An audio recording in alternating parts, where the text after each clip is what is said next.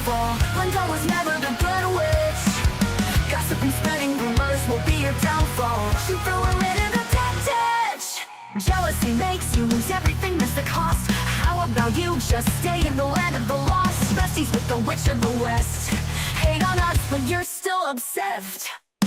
Getting me to be the big bad villain, babe, go get a psychoanalysis. Because I know I'm one in a million, but it's fine, I'll be your protagonist. You're talking too much, we can all hear your whispers. Calling us wicked is a little insulting. You gave them to her, but you can keep the rest with first thoughts. Your word goes, girl, but that's just disgusting.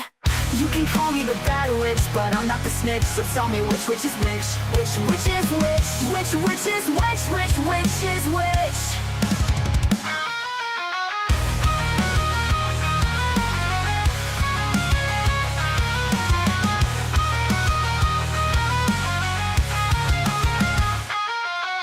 Mirror on the wall, who's the saddest one of all? Glenda was never the good witch.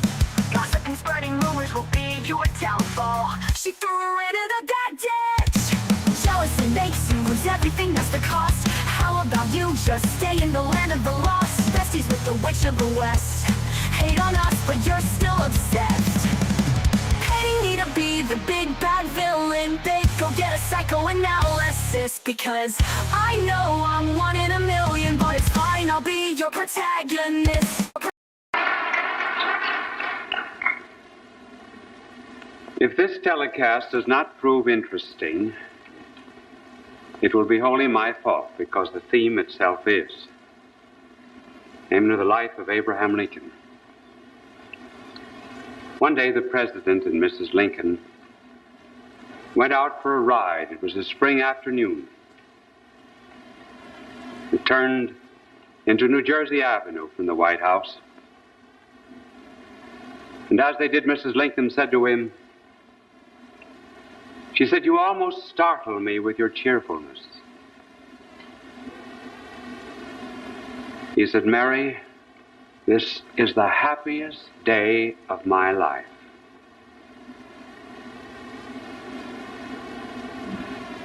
There are some who think Lincoln was melancholy. Let's find out what he meant by happiness. No character is ever born great. Character becomes great. Some people's lives are flat and dull, and others have a tension and a pull. There are opposites in them, like the positive and negative poles of electricity. Moses, for example, was not always a meek man. He once killed an Egyptian. He had to become meek. John the Baptist was not always a loving man. He once asked the Lord to rain down fire from heaven upon the Samaritans. And so there was some great tension in Lincoln. And he became great because he was able to reconcile those opposites. Now, what were they? They were adversity and joy. And the two are not as opposed as it would seem. And it took a lifetime to reconcile them. First of all, adversity. He had to pay the penalty of success even as a young man. Someone has said that jealousy is the tribute which mediocrity pays to genius. They said that his simplicity was a pose, that he cultivated the manner of honesty, but that he really was not. He was slandered, for example, by his political opponent Cartwright, who called him an atheist, which he was not. And Lincoln asked his friends, he said, "Do not answer a charge." As silly as that. Many of his confreres called him the Illinois gorilla, the original baboon. Samuel B. Morse, who invented the telegraph, said that he was an illiterate without any brains. Congress at one time thought of impeaching him. He had to go before Congress once in order to defend his wife against the charge of being a spy. And after he gave the Gettysburg Address, the Chicago papers said, "The blood of every American will tingle with shame on reading the silly, flat, dishwatery utterances of one who has to be pointed out to intelligent foreigners as President of the United States."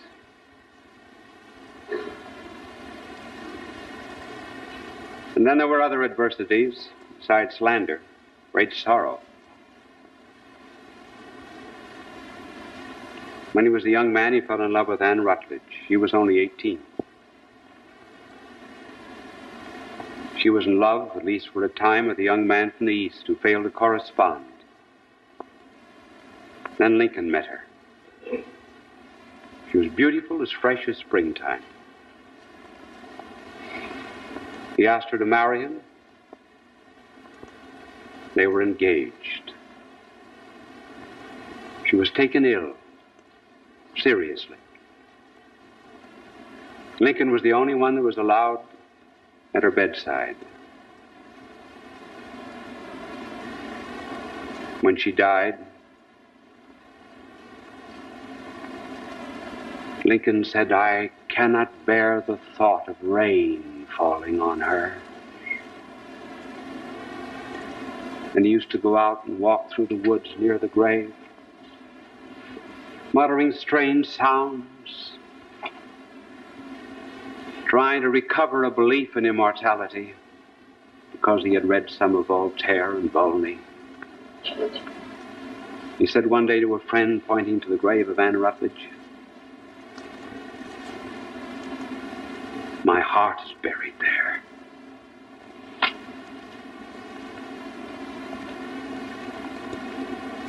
And yet, with all of that adversity, on the other side, there was something else. There was a joy. A superficial joy and a profound joy. Now, when we speak of joy, let it be understood that joy is not the same as pleasure. Pleasure belongs to the body, joy belongs to the mind. Pleasure changes with circumstances. For example, we are enjoying ourselves in one place or one condition and not in another. Joy, however, is rather constant. Pleasure changes with the years. We do not have the same kind of pleasures when we're old as when we're young. But joy remains always the same. Now, Lincoln had a joy, not a gaiety. It was superficial and profound. Superficial, first of all, and that manifested itself in a love of stories. I think that the incidents that he very often recounted were just a kind of a surface manifestation of something that was really very, very happy down deep in the inside, particularly as adversity increased. One day, Mrs. Lincoln came up to the room they left a White House reception. One of the boys was sick. She had a big, long train on her dress, low-neck dress. Lincoln looked at her and said, "Cat has a long tail tonight, dear. Might help if some of the tail were cut off and wrapped around the head." When he was debating Douglas, Douglas said, "My opponent has been a failure at everything. He was a failure behind a grocery store. He was a failure even in the forests. He was a failure even behind a bar because he sold drinks." And Lincoln said, "Yes, Douglas, and you were on the other side and not a failure in drinking them either." At one time, someone said to him, "Mr. Lincoln, we've never heard you swear or blaspheme. Why is that?" Well, he said there was never any need of swearing as long as I had Stanton in the cabinet. Two women, it said, were discussing the relative merits of Jefferson and Lincoln. And one woman said, "You know, Jefferson was a praying man." And the other one, defending the president, said, "But Lincoln is a praying man." "Yes," she said, "I know, but the good Lord can never tell whether or not he's joking." Lincoln said that he never invented a story, that he did not have a wit. He said he was just a retailer of stories. And they got him out of many, many jams and difficulties. But all these things were superficial. Sometimes they illustrated even a domestic policy. He told about a red-haired mother who had 12 children. And he said that she would spank them and whip them and so forth, but she said to her neighbors, "You stay out of this. This is my quarrel, and we settle everything in this house." And Lincoln said, "We settle everything in the United States, and we want no one interfering in our business." But then came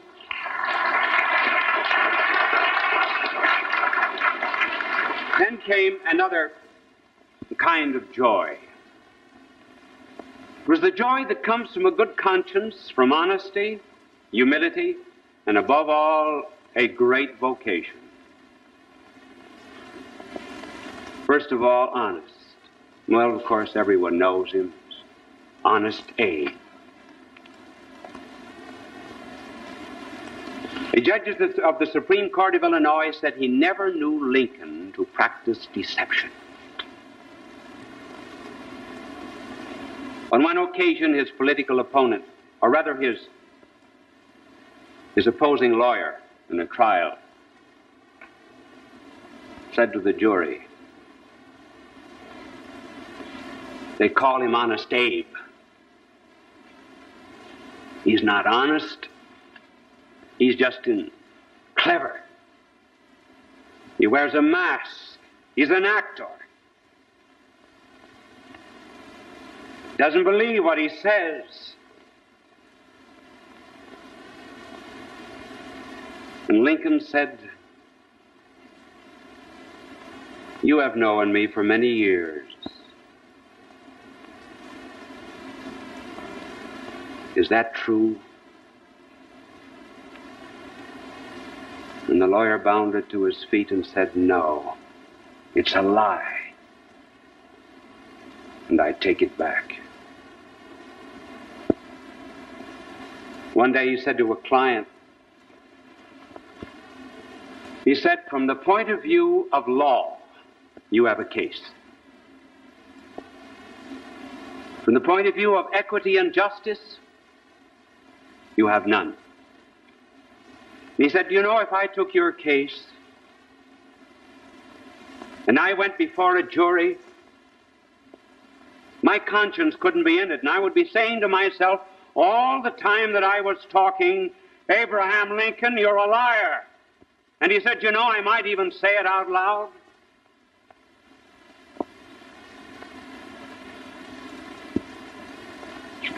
He was associated with another lawyer who charged the client $1,000.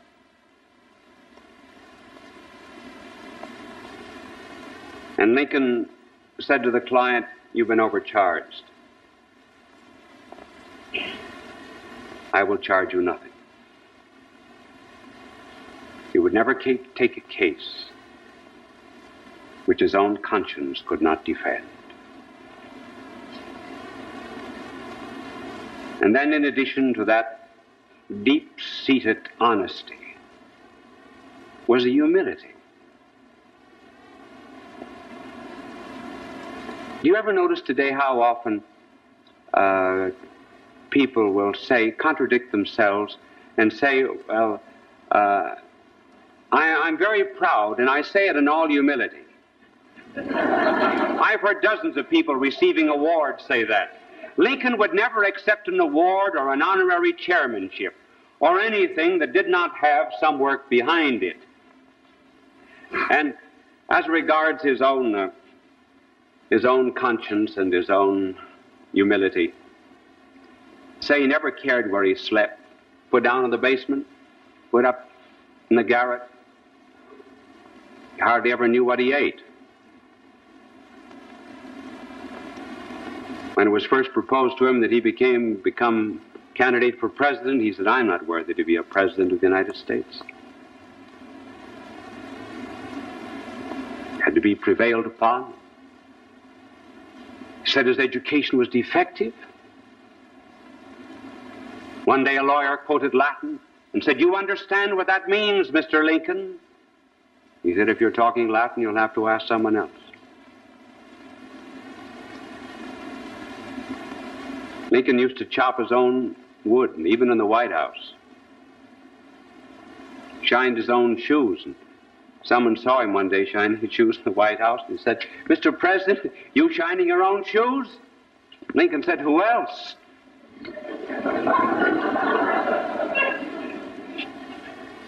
And one day, or not one day, but on many occasions, he used to annoy Mrs. Lincoln considerably because he would always open the front door for the visitors. And one day Mrs. Lincoln reprimanded him. She said there was someone there to do that. And the lady was going out, said to Mrs. Lincoln, "Mary," she said, "if I had a husband like that, I wouldn't care what he did." The humility was real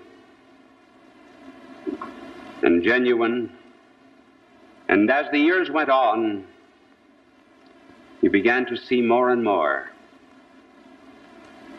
that he owed everything to a power above him.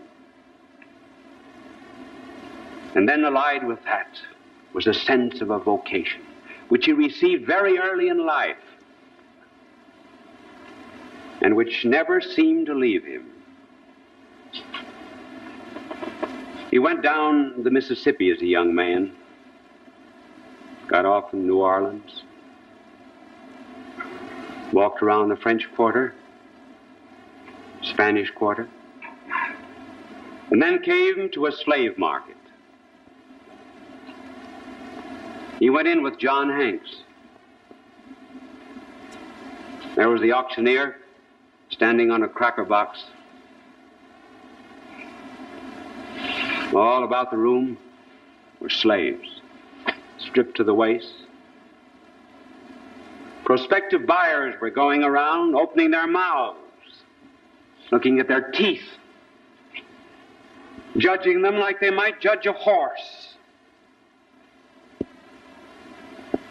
Others forced the slaves to run around the room, see if they had good wind, if they were strong enough for slave labor. And others turned lecherous eyes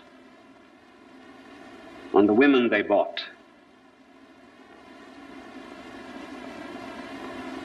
Lincoln saw husbands and wives being separated and children being torn from mothers. And he could stand it no longer. And he turned to John Hanks and he said, "Someday I'm going to hit that institution, and I'm going to hit it hard, by the eternal God."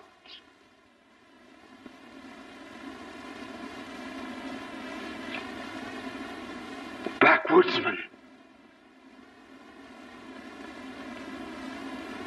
And illiterate.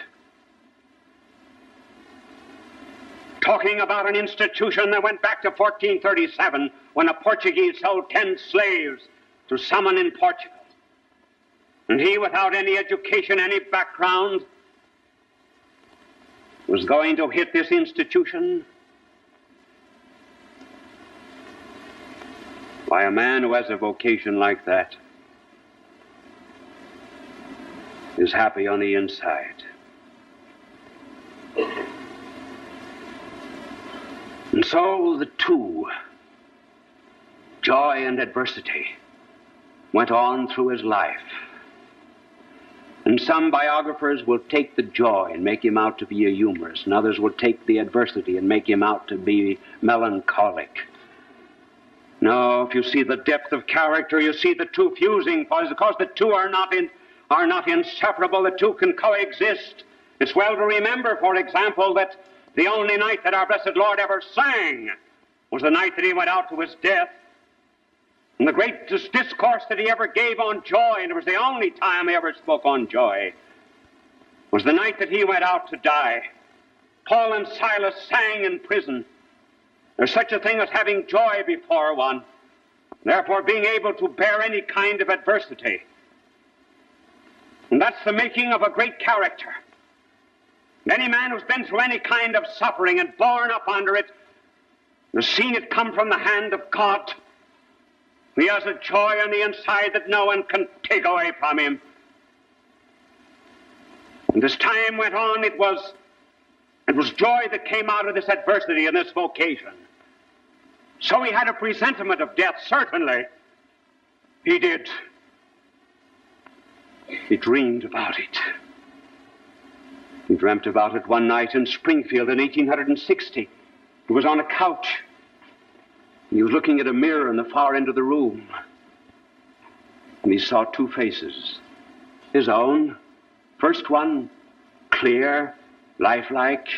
The second, dull and ghastly. He got up from his couch and walked up before the mirror. Two images vanished, came back again to his couch and looked. And there was the clear one, and there was the dull one. He went to Mrs. Lincoln and he said, "What does it mean?"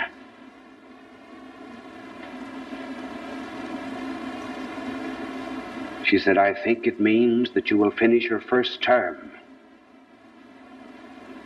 but you will die before the second."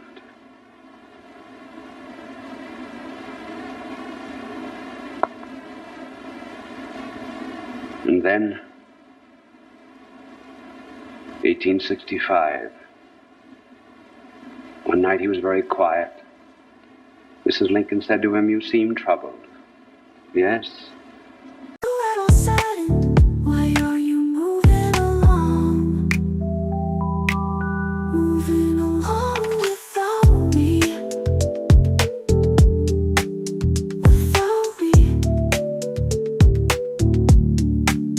Without me. You seem to be doing just fine without me. You're smiling all of the time without me. Your world keeps spinning round and round without you. I'm sad and I'm scared, that's why I frown. Tonight is so cloudy.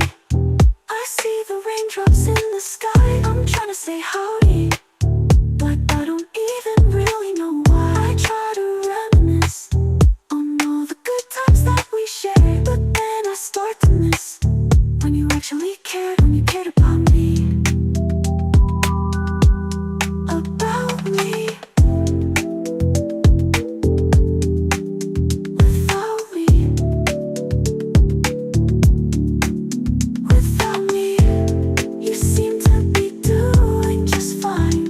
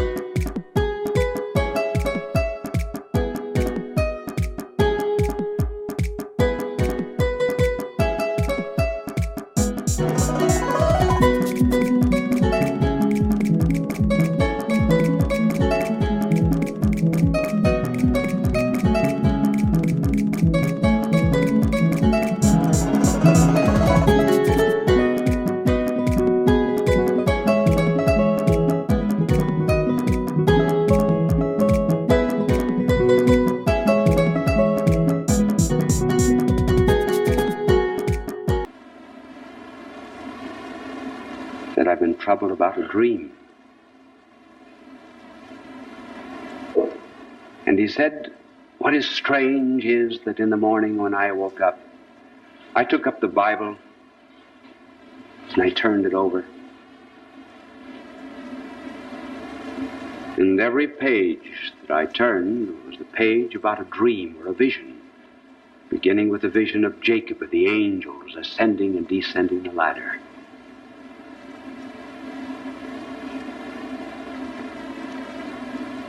And she said, what was the dream?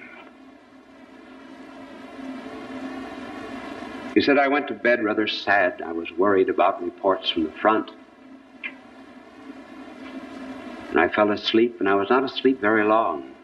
When in my dream I got up and I went downstairs to the first floor of the White House. And everywhere I walked, I heard people moaning, crying, and weeping. I could see no one. I went from one room into another. Not a person was to be seen. But everywhere, like the roar of a sea, a moan and a cry was going up. I went into the East Room. And there in the East Room, I saw a coffin. Round about the coffin were soldiers. And I said, who's dead?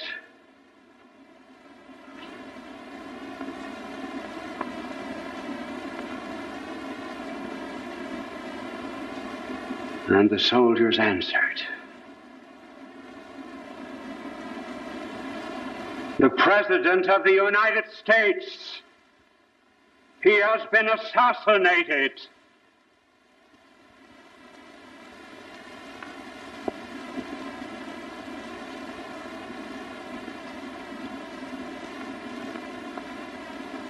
That was my dream.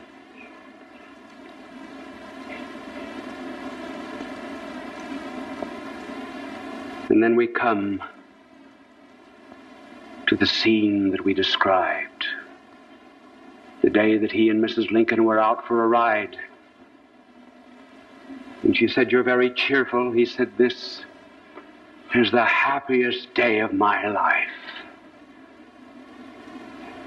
It was Good Friday. Good Friday, the day on which our blessed Lord. It was composed by Fritz Kreisler. I once went to Fritz Kreisler and asked him if he would compose some introductory music for this show. And he said yes. He said, I've done many pieces that I've not yet had copyright. I will give you about 30 of those, and you choose the one you want. Well, the one I liked was entitled The Vienna March. But of course, I couldn't come out marching on the stage. So I said to Mr. Kreisler, I said, would you please turn it into a waltz? That didn't mean I was going to come in waltzing either. Although I do a step backstage before I come on when I hear it. And he said, we can't put it in waltz time. It's impossible. And I said, but Mr. Kreisler, I can't march on the stage. Please do it in waltz time. He said, it can't be done. Well, I said, sit down at the piano and try it. No, no, no. I said, just 2 measures. So we sat down, played 2 measures, and he said, see, I told you, it can't be done. And with that, Mrs. Kreisler, who was sitting there, said, Fritz is in his no mood tonight. She said, you stay here. So Mr. and Mrs. Kreisler left the room, and they went back to another part of the apartment where there was another piano. And in a few minutes, I heard the strains of all of this coming in waltz time. And then the two of them came back, and Fritz said, yes, I will do it. You see, the lesson is never underestimate the power of a woman.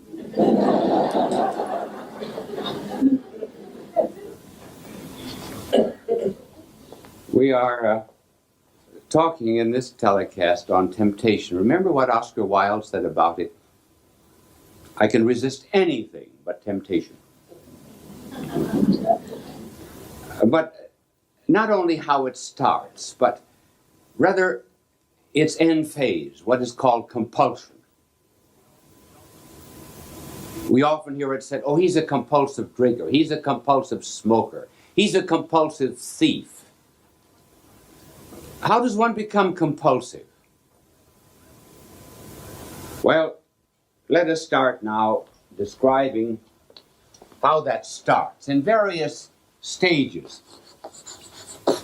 Because of the prevalence of detective and mystery stories, I may introduce agents here and there.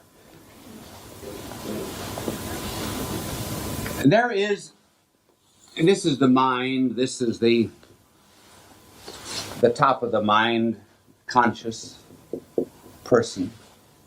And down below the mind, there is considerable amount of flammable material. Now they can be reduced to three types, this material. One, there is sex. The flesh in all of its phases. Nothing wrong here.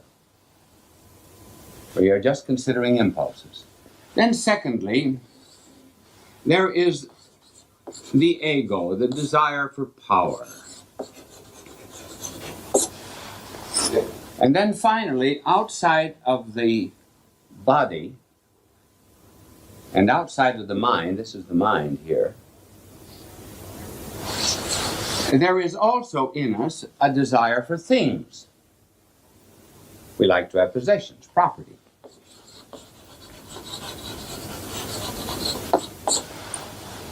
These impulses are good. If we didn't have this, we'd never have the family. If we didn't have this, we'd never have a desire for truth. We would not have students. We would not have legitimate ambition. We would not have physical and mental and spiritual perfection. And then furthermore, property. After all, our desire for property is really a desire to have some external guarantee of our inner freedom. I am free on the inside because I can call my soul my own, and I'm free on the outside because I can call something else, something that I have, my own. Now, these are good, but they can also be bad. They are perverted in some way. It's very much like fire. Fire is marvelous in a hearth, but it's not good in your bedclothes. And so, these are good in their proper place. After all, what is dirt? Dirt's nothing but matter in the wrong place. And so these can be sometimes in the wrong places, and then this might be a tiger, and this might be a lion, and this might be a pack rat.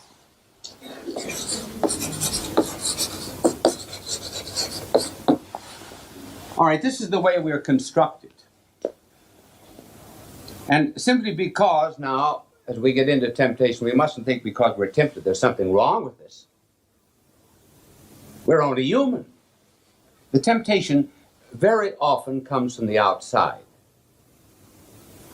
Something we see, something we hear, something we desire, whatever it may be. And now we pass into what might be called the act. So that outside of us, I'm going to call this, you see, you know I can't draw, don't you? Oh, you did? I see. Well, this is this is a man of some kind here, and he's got a torch in his hand. See, I always explain everything. This is a torch. And this we've called Agent O. 006. So Agent 006 throws his torch, see, down here, and starts a kind of a fire. And when we consent, then we have what is known as the act. Now, when we consent, then we may say, well, in the first act, when we're a tiger, we say, what difference does it make? Everybody's doing it. The mores have changed. You just drink the water, you forget the glass. Because when we do wrong, we always justify. Then for power, the ego. Why should anybody tell me what to do? After all, I'm a powerful engine. Why should anybody say, these are the tracks some engineer laid out for you years ago? Why follow those tracks? I'm going to make my own tracks. Well, then he discovers that he's not free to be an engine, actually. Then property. We see something that isn't ours, and this fire in here, we take it. I can remember when I was a boy, my mother liked geraniums, cheap flowers. And I was passing Madden's grocery store one day home from school. I think I was about 7. And I saw geraniums in a tin can out in front of Madden's store. And one of the cans was in a beautiful bloom. It had a nice red geranium on it. And as I went by the grocery store, I snipped a geranium. And when I got home, I said, Mother, here's the geranium. She said, where did you get it? I said, Madden's grocery store. How much did you pay for it? I said, nothing. Did Mr. Madden give it to you? No. Did you steal it? Yes. I think the geranium was marked either 5 or 10 cents for that tin can. She said, you go to your piggy bank, shake a quarter out of it, and go back and give the quarter to Mr. Madden. Well, I said, it isn't worth a quarter. It's worth only a dime. Well, she said, this is to teach you not to steal any geraniums. Well, do you know that on account of that 15-cent overcharge, I've never stolen a geranium since?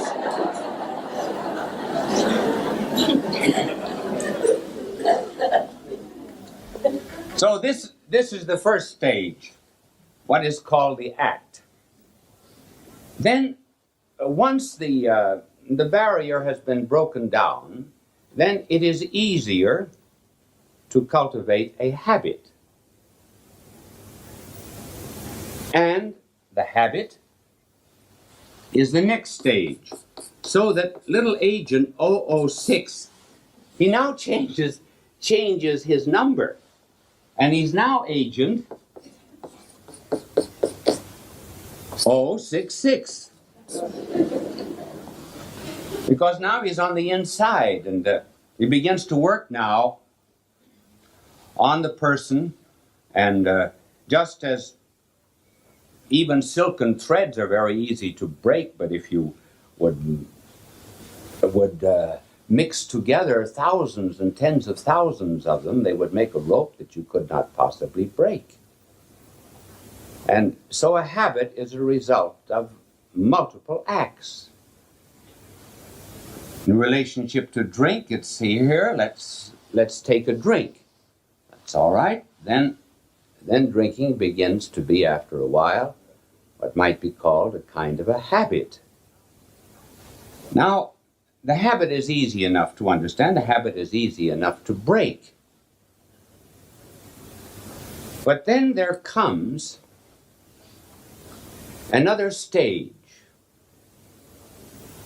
And this is the stage with which we started. It's beyond that of a habit. It happens when, for example, now a person, after, violating the due order, for example, of the flesh, would be very much like someone who broke into 2 Long Island homes a week ago, knocked at the doors, and within an hour or two assaulted 2 young mothers. And as he broke open the front door, he said, "I'm a sex maniac." In other words, he said, "I'm under compulsion. I don't know what I'm doing." That was his excuse. And then here, power turns into a kind of a tyranny. And one becomes under compulsion too, in regard to property. This is the 3rd stage, a kleptomaniac. This really and truly happened. It sounds incredible. A woman in a New York apartment had a pet cat, and it came to the end of its 9 lives. There's no place to bury a cat in Manhattan Island. So she called up a friend of hers in Westchester, and she said, "You have a big lawn. Do you mind if I go up and bury my pet Persian cat in your lawn?" "No, sure, come up." So the woman put the cat into a shoebox. And she decided that maybe she ought to buy the friend some handkerchiefs or something, because she was giving her burial grounds.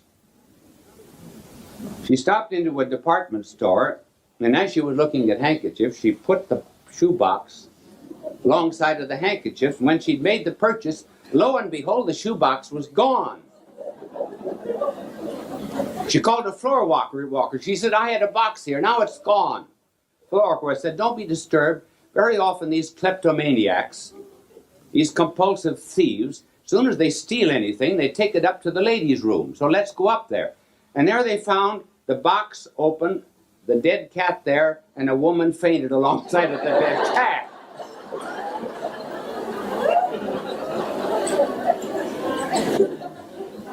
Well, she was a compulsive thief. So compulsion can be in any one of these stages. Now, when one reaches this stage, this agent is completely inside of the person, no longer outside. And the agent's number now is Agent 666. If you know anything about symbolism and sacred scripture, you can look that up. I'm not telling you what it is. 666. It's the sign of something. Now at this stage, people will say, "I have no freedom. I'm sick." That's true. They are sick. But was their freedom completely destroyed? No, not completely. It's like the parable of the man who has a big house, and as long as he keeps the guards up, he lives in peace with his goods. But if stronger than he comes, then he breaks into the house and enslaves the owner and takes the goods. And so here there is a kind of an enslavement, a possession. And it is interesting the way these people describe this compulsion. First of all, they say they feel divided. And they do. They're pulled in opposite directions. They might say, for example, "My name is Legion." See, my, that would be singular. Legion, that means many. I'm many. They're torn, they're pulled in different directions, as if there was something inside of them, some power that was forcing them, almost compelling them, to do things which of and by themselves they didn't want to do. Then they will often say, "I've got a burning sensation inside of me." That's true.